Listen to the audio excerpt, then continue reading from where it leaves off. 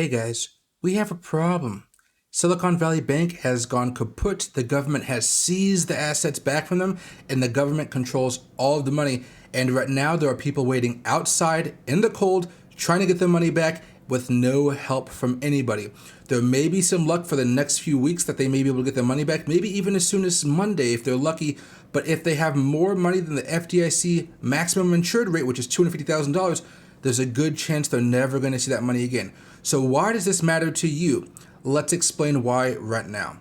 First of all, if we go over here, you can see some people waiting in line trying to get the money out of the bank. Imagine you guys just get off of work or you guys are in the middle of your shift and all of a sudden you guys get a text from one of your friends saying, hey, don't you have money at Silicon Valley Bank? And you're like, yeah, why what's the problem? All of a sudden, hey, your bank just shut down. You're not even going to be able to get your money back right now. Imagine how terrified that would be for you, or how terrified you would be if that happened to you. All right. Next up, on top of that, if we go right over here, about half of all startups have exposure to this thing. Okay. This means that if you are part of a startup, your business has money in Silicon Valley Bank, they cannot access it. So if your payday is next week and you're part of a venture capital setup, you guys might not even be able to get paid, which means come rent time, come bill time, you guys might not be able to pay your next car bill or your next rent appointment, whatever, okay? You guys should be focused on this because this has the potential to really spread far and wide because somebody's going to have to pay for all this. If the government's not going to fork up the money and give taxpayer money to these rich individuals, which is going to be a big battle all in itself, we're going to see a large fight brewing over here where lots of people that make about $100,000 to $200,000 a year don't have an income. And if they don't have an income, guess what, everybody?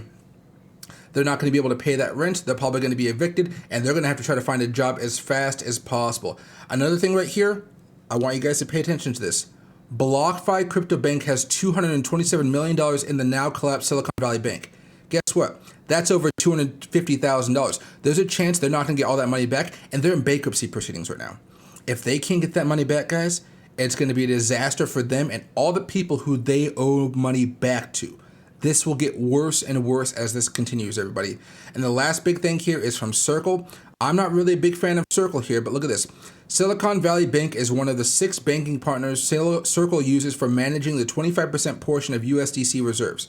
This means that stable coins are now under threat because of this. Again, $250 million, millions of dollars as far as Circle has been using for USDC purchases. Guess what? They haven't really given you any news. Even Zach XBT has said, my job is done here, but you didn't do anything. Away.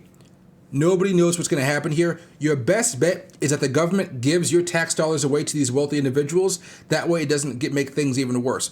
But there are tons of people out there, and politicians alike, who don't want this to happen. So let me know what you guys think. Should we bail out this bank, or should we just let it burn and crumble and kind of pick itself up in the ashes? Let me know in the comments down below. It's a problem.